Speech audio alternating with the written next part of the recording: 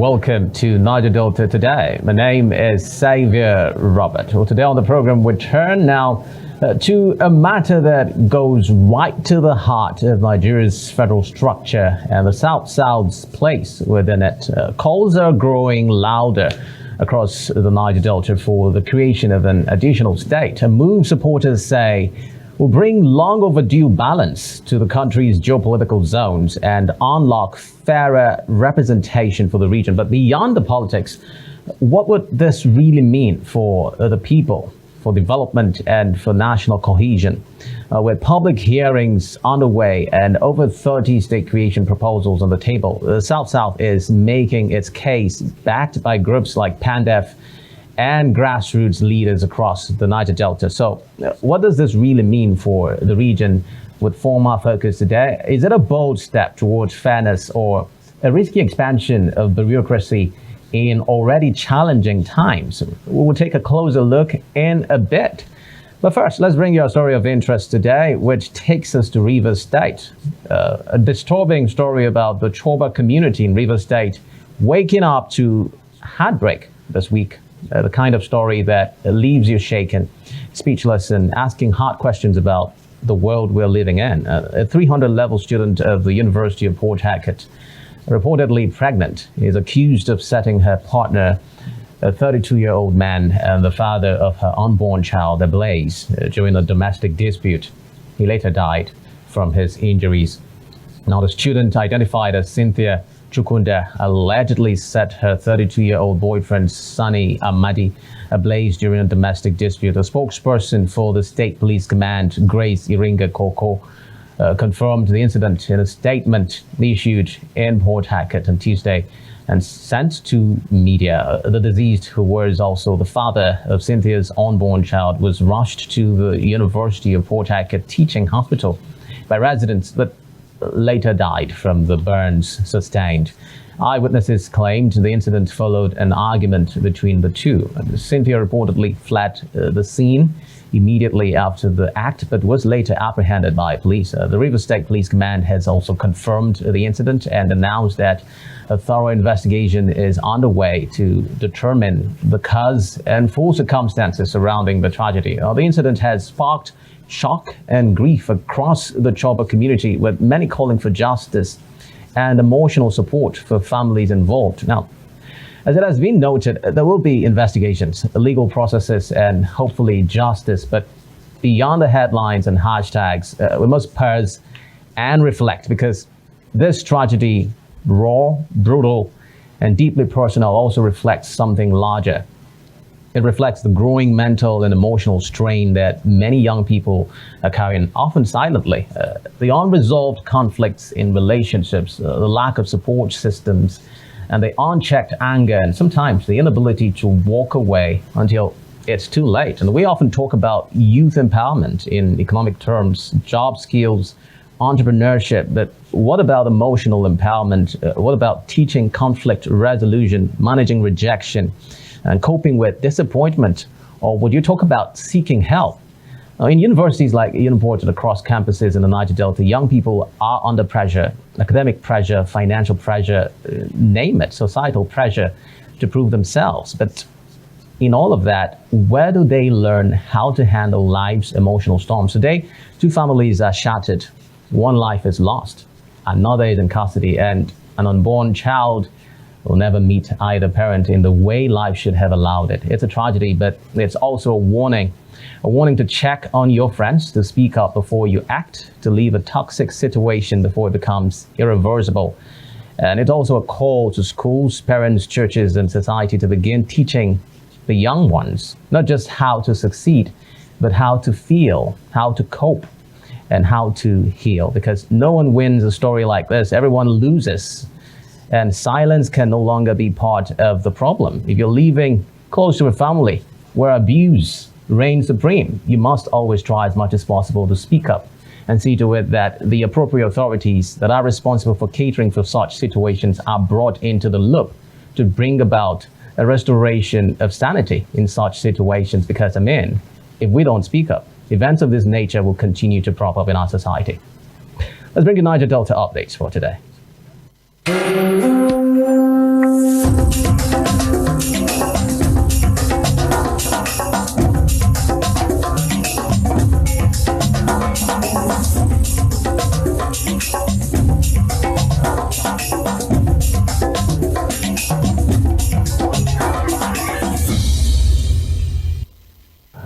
begin with Akwa Ibom State, where Governor Pastor Moino has reaffirmed his commitment to the Arise agenda, a plan aimed at transforming the state by launching the Arise brand, which represents the goals of his administration. Speaking during the inauguration of the Arise brand at the Brand Management Office along Wellington-Bassey Way in Uyo, Pastor Moino stressed that the brand will help communicate the state government's vision and arouse support from the people.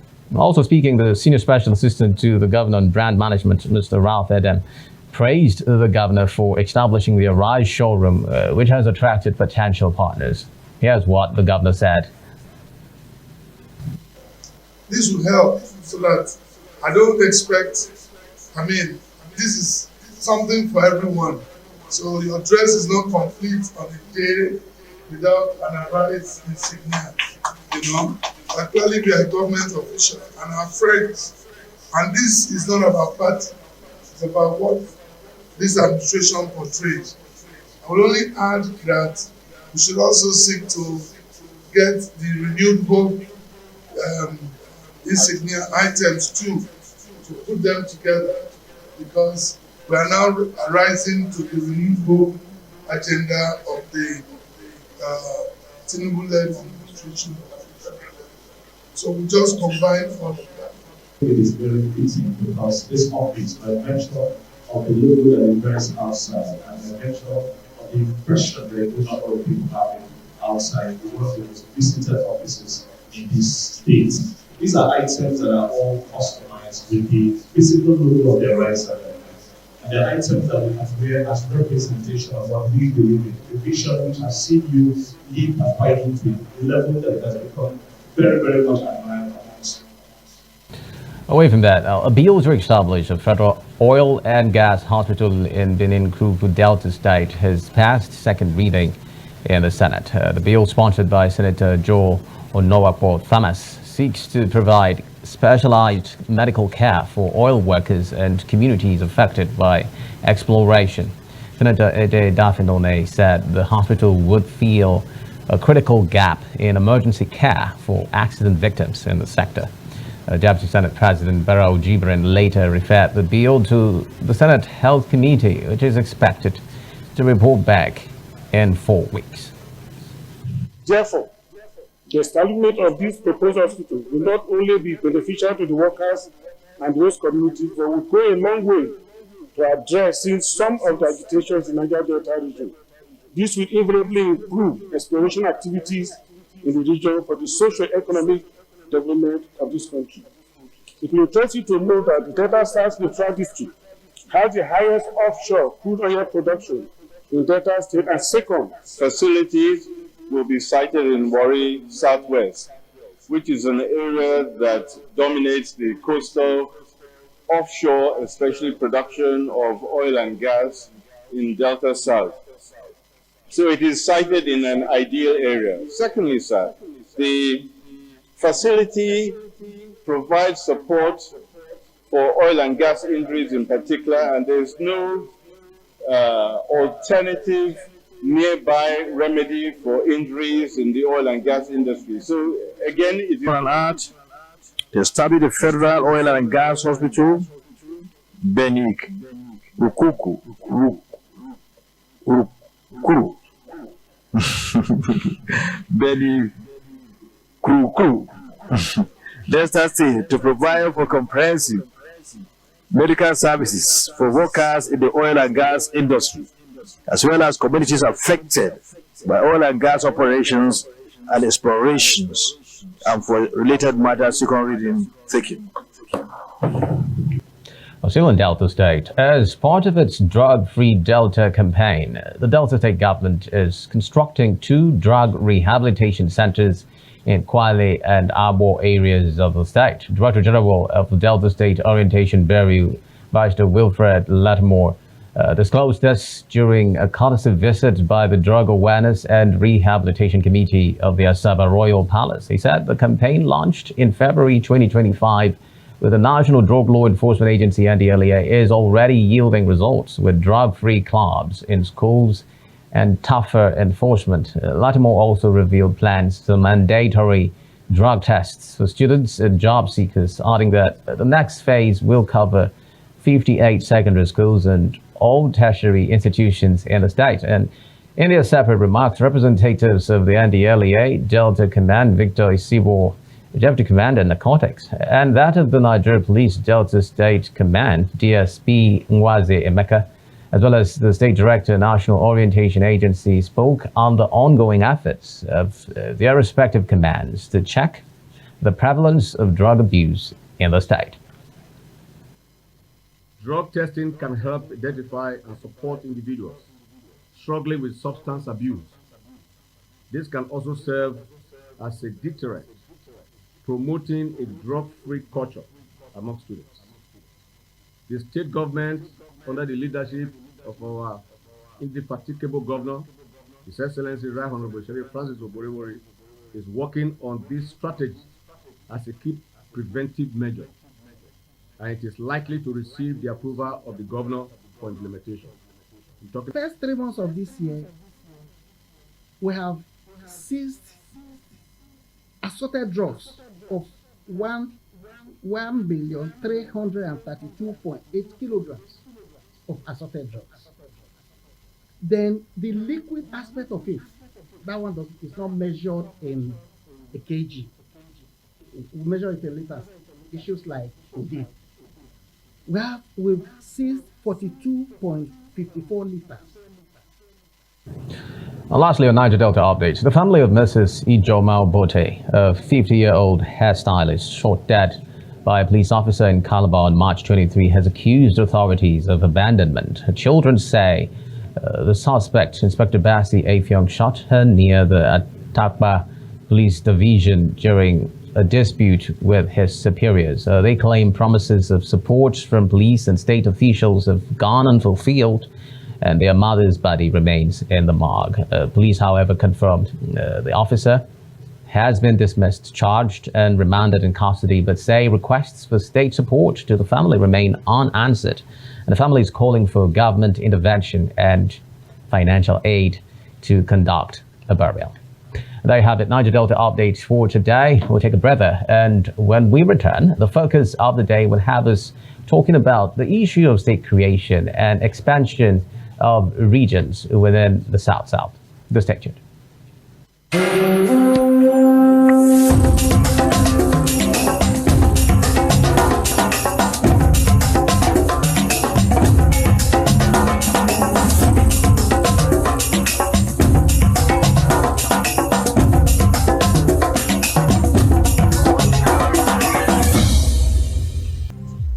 ADBN, Advocate Broadcasting Network.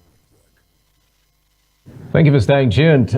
We delve straight into the conversation of the day, talking the push for the creation of new geopolitical zones as part of the ongoing constitutional review process, which is gradually gaining momentum across the country. For decades, Nigeria has operated under 6 geopolitical zones, a framework not clearly specified by the Constitution, but widely adopted for political appointments, resource allocation, and regional balancing. But now that that structure is being questioned, at the center of this national conversation is the Conference of Nigerian Political Parties, CNPP, the Pan-Niger Delta Forum, PANDEF, the Jaw National Congress, and other regional groups who argue that the current zoning system no longer reflects Nigeria's growing complexity, especially for minority regions like the Niger Delta. From the call for a middle belt zone to agitations for a south-southeast zone, advocates say the goal is not just for more zones, but fairer representation, greater development, and political inclusiveness. But does this push for more zones solve the deeper issues of marginalization and imbalance? Or is it simply raising fresh concerns about division and feasibility in a country already facing structural challenges? As the Constitutional Review Committee continues collection of submissions on this particular issue, what would more zones mean for the Niger Delta? Could it give us a stronger bargaining voice or further complicate governance? And does Nigeria really need to restructure its geopolitical zones for equity and unity? Well, joining us is Alabo Dr. Nengi James, and National Coordinator, Association of Rural Chiefs for Peace and Development, himself also the National Coordinator, Niger Delta Development Monitoring Group. You're welcome on the program, Dr. Nengi. Thank you for joining us. Bless you. Thank you for putting me online.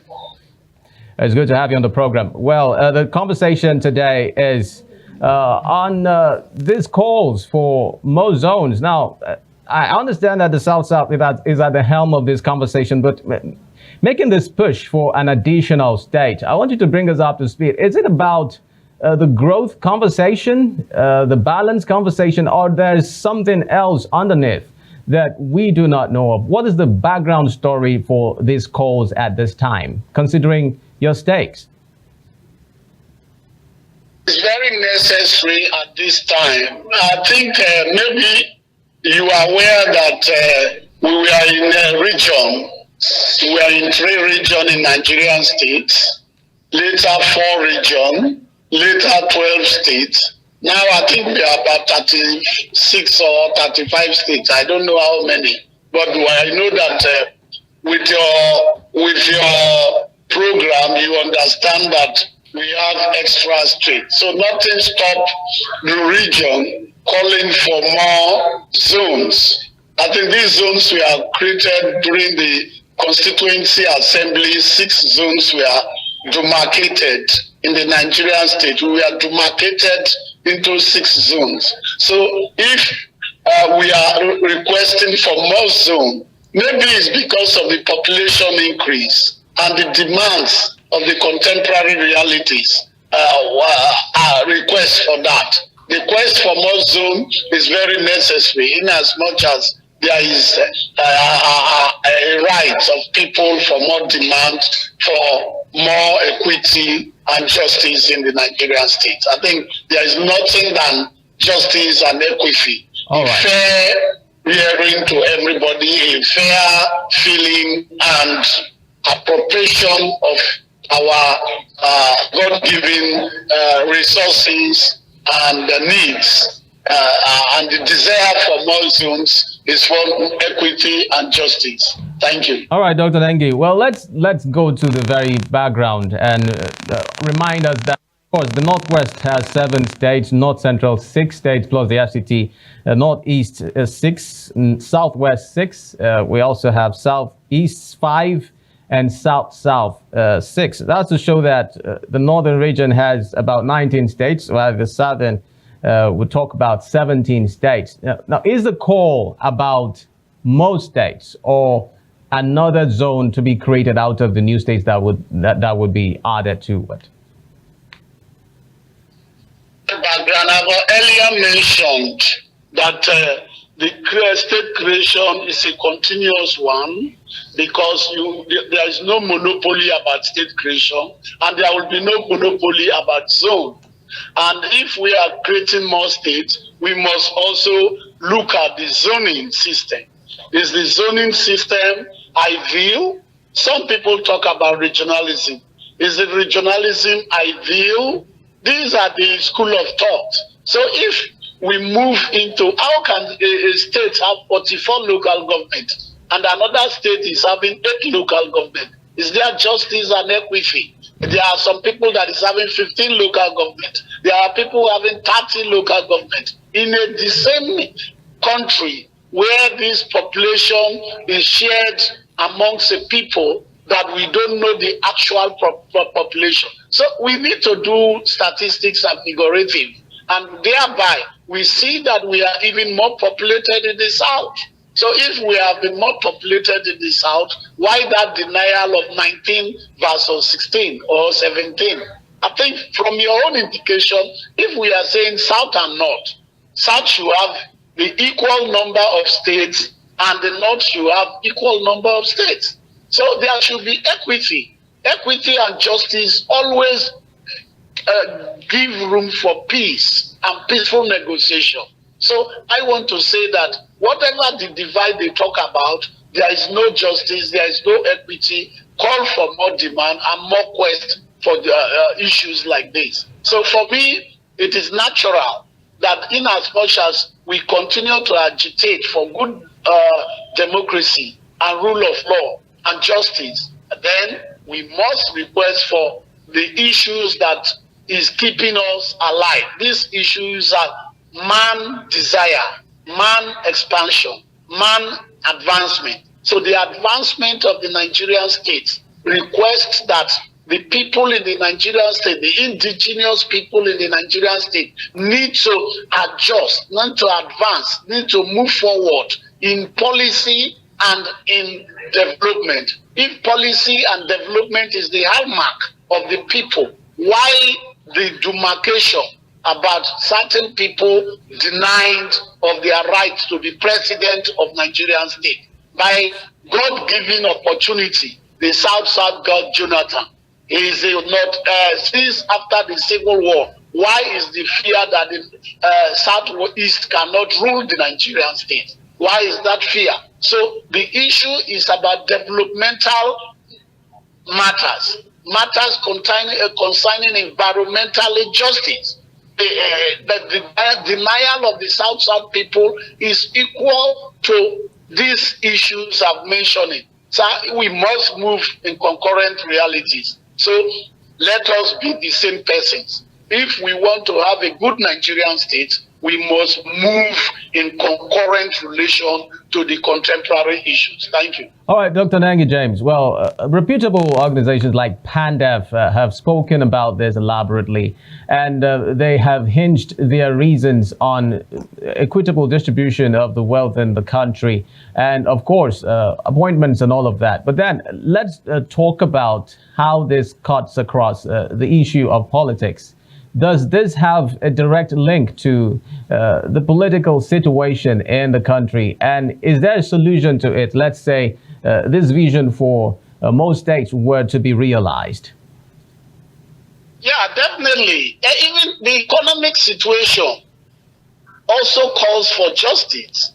There must be economic justice. There must be political justice. So if the politics and the economy of the people, the economy of the people demand such issues, it has to be properly resolved, because we need to discuss these issues concurrently. Because you even talking now know that there is cheating. They have cheated us continually. The white people came in connivance, in conspiracy, cheated us, and that cheating is still going on. Until that cheating is addressed, that injustice is addressed, nothing will go further better in the Nigerian state. There must be continual agitation. No matter how you oppress, intimidate, suppress, and anyhow undermine the people, people must agitate for the rights of our people. So nothing will stop that. The political situation, the political gambling, the political scavengers, the political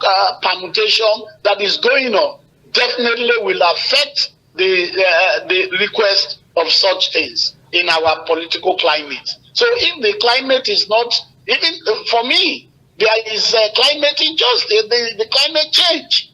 So if there is climate change in the entire world, we should change the political scenario and the political change in Nigeria.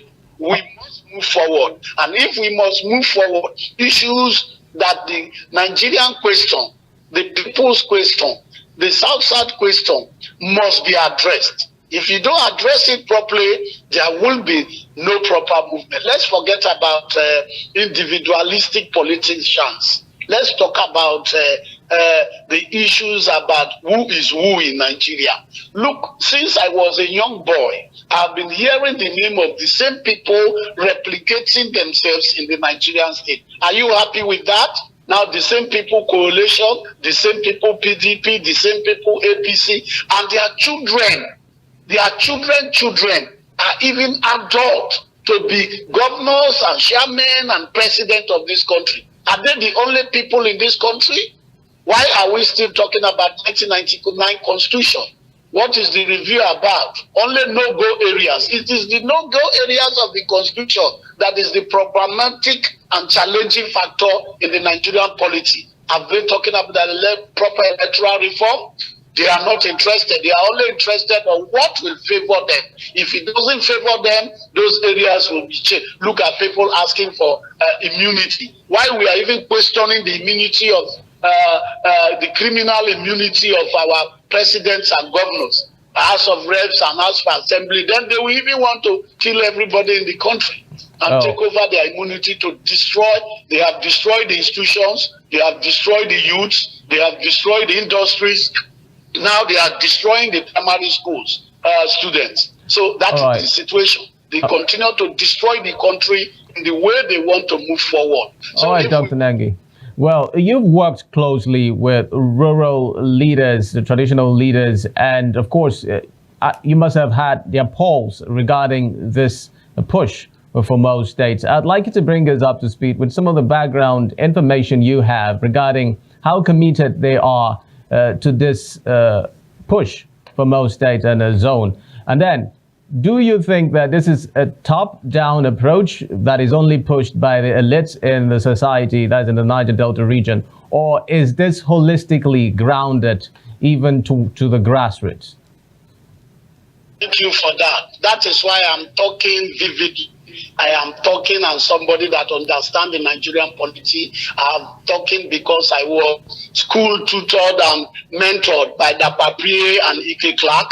They are my fathers. I served them for about 15 years as their youth leader, and both of them are late. Nobody is a monopoly of anything.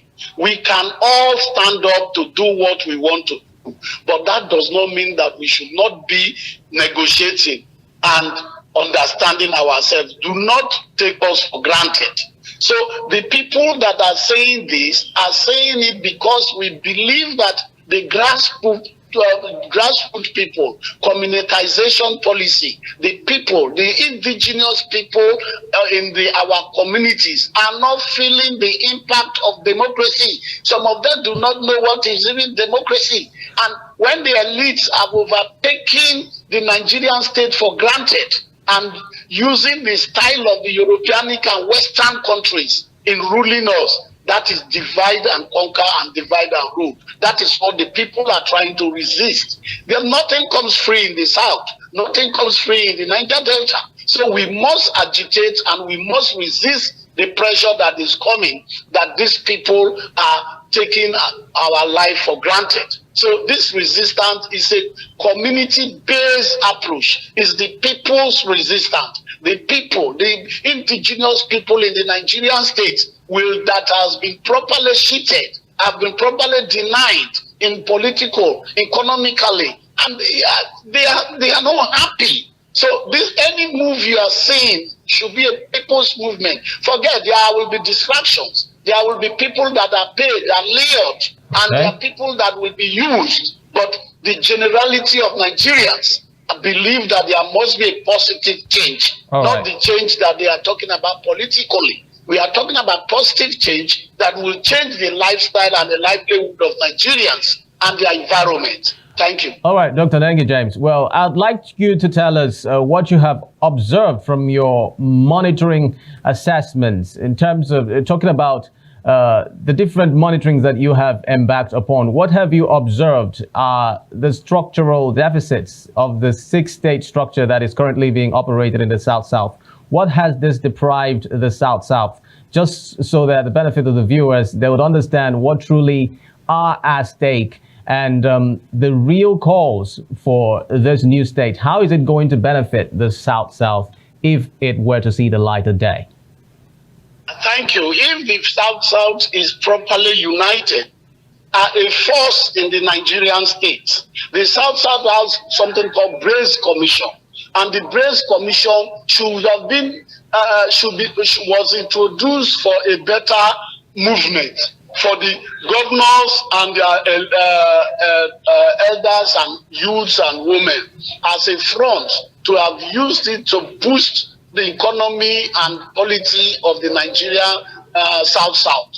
But the South-South itself, yes, we have some challenges about not getting ourselves right, not being too organized. But I think that will never distract the situation because we have the ethnic groups in the South-South working together with other clients, other areas. So the South we should have is the hub of the Nigerian state economy.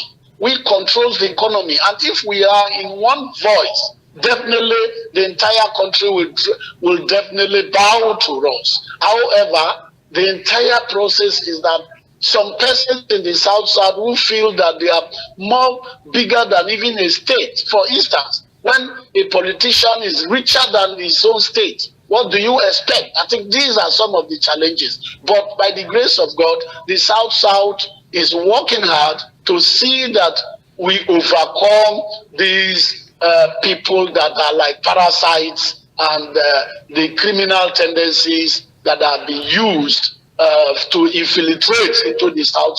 I think we are working hard to have one voice. So if we have one voice, definitely as hub of the country, the crude oil and gas environment, we need to have been better than any of the zone. But instead of the oil to be our own good, I think they are creating certain, even those who have the oil don't benefit from it. And it's a deliberate act so that to put us perpetually in the bondage and in the poverty situation so that they will continue to milk the economy. So it's now left for us to have one voice. That is why I am so worried that my Ike Clark and my Papa Pray is gone.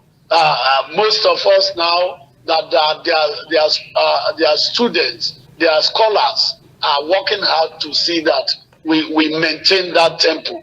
But as far as generals are gone, there will be other generals. So the South is working hard, but because of this neo-colonialism policy, the cliqueism, and the infiltration of clandestine affairs in our environment from the other angle of the country is now tempering with our unity.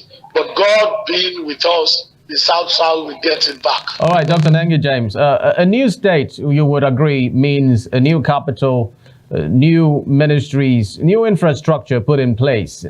Considering the economic situation currently in the country and specifically in the Niger Delta region, if you may, is the region truly ready to bear the cost that would amount? New state and new environment, definitely people will look inward.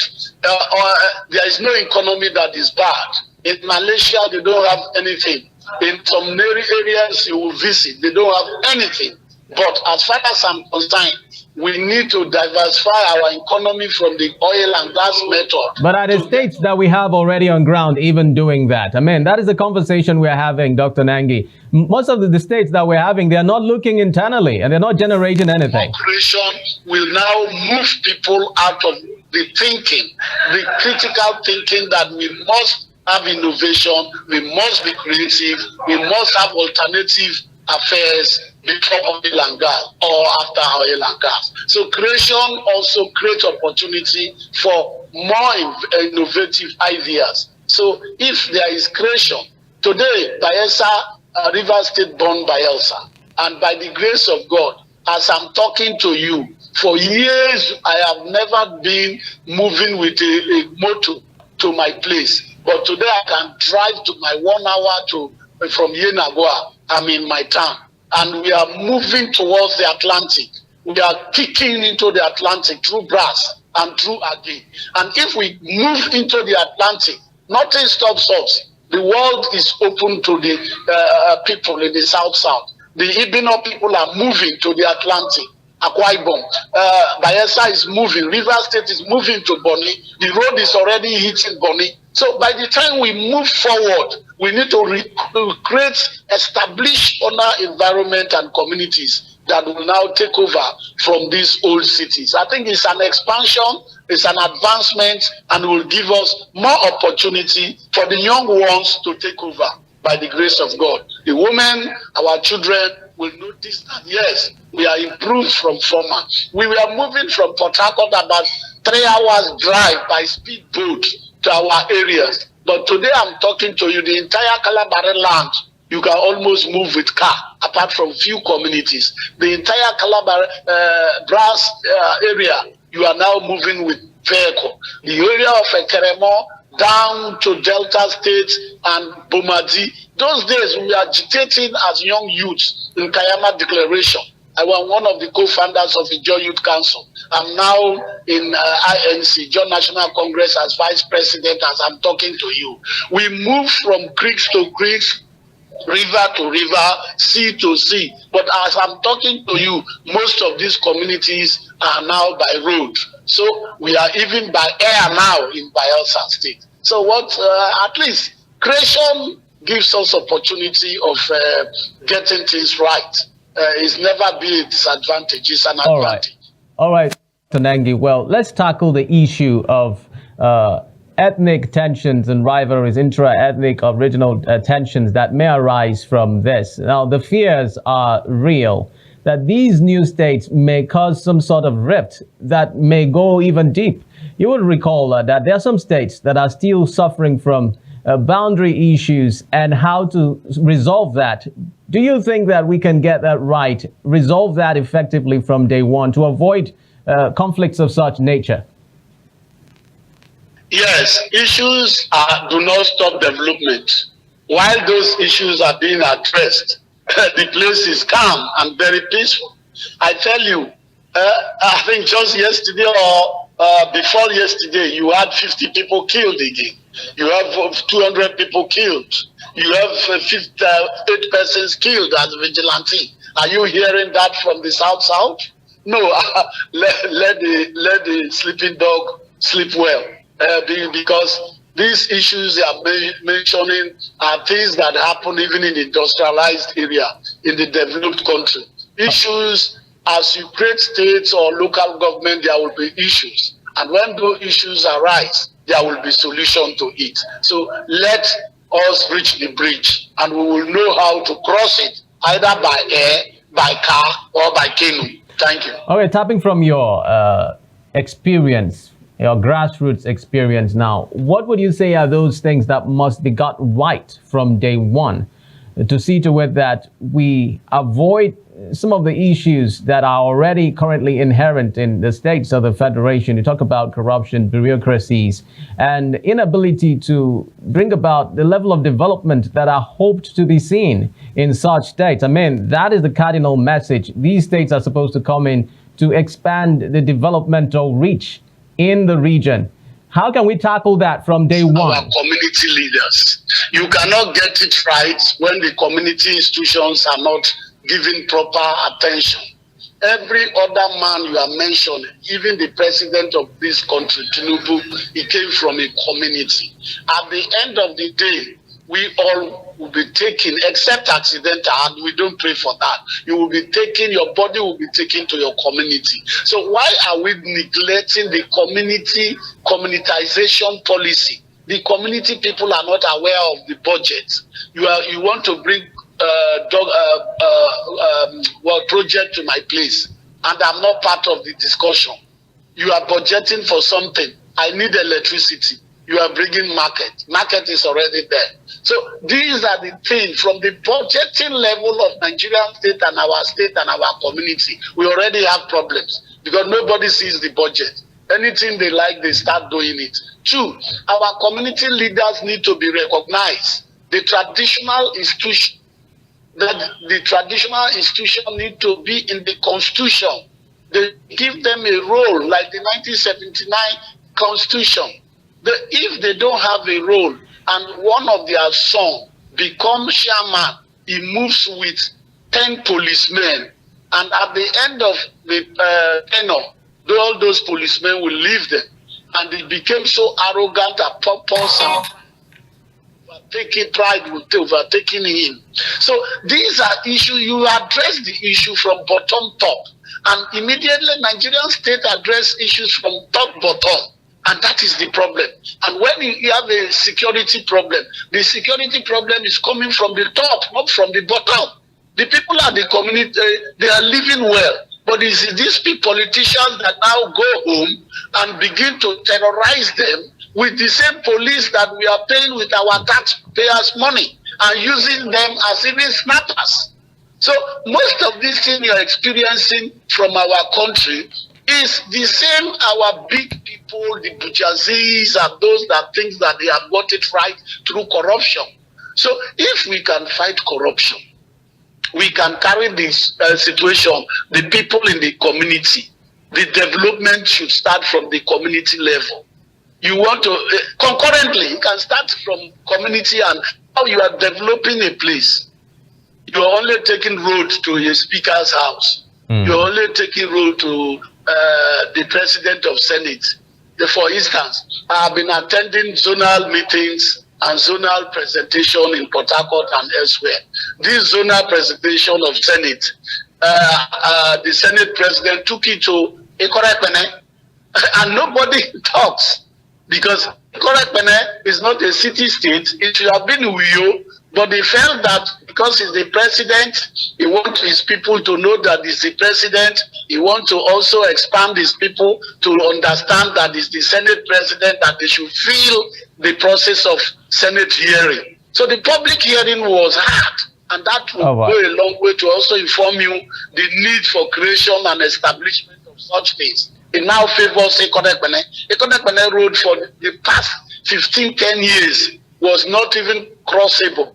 But today, the Senate president has made it possible through the upper line and through the U line. That has to do with development. So that is the scenario we are talking about, taking our development back to the grassroots, because the local government are not functioning. Even the autonomy that was given to them by the same Supreme Court is not obeyed.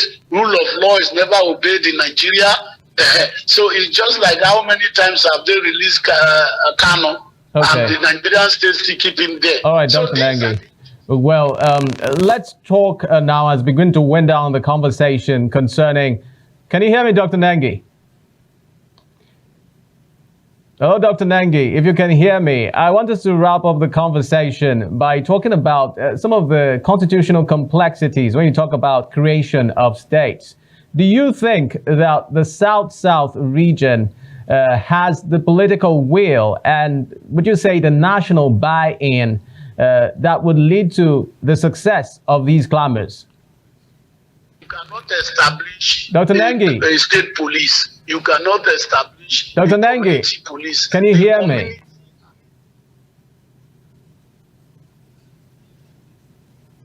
Dr. Nengi, if you can hear me now. And to the traditional institutions there to have a constitutional role. The king is not being protected by policemen, but the subjects are protected by policemen. All right, Dr. Nengi. The king, when there is election, you will not. Dr. Nengi, can you hear me, please?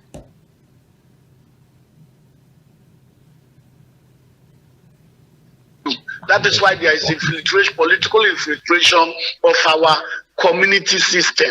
Traditional institution is different from political voting. Now, the governor or the president can influence the removal of a traditional ruler, and that was the beginning of democracy.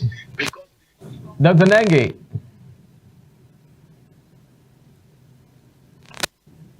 To be participatory. From my place, there must be a blue blood. You must be from a royal family. You cannot just come and become a king. And if the people say, no, you are not from the royal family, we cannot take you. Because in his government position, government now will put his name and give him certificate of recognition. But be that as it may, in some areas it doesn't work, like my place. Even if you don't give us certificate of recognition, the people said you are our king. You are king forever.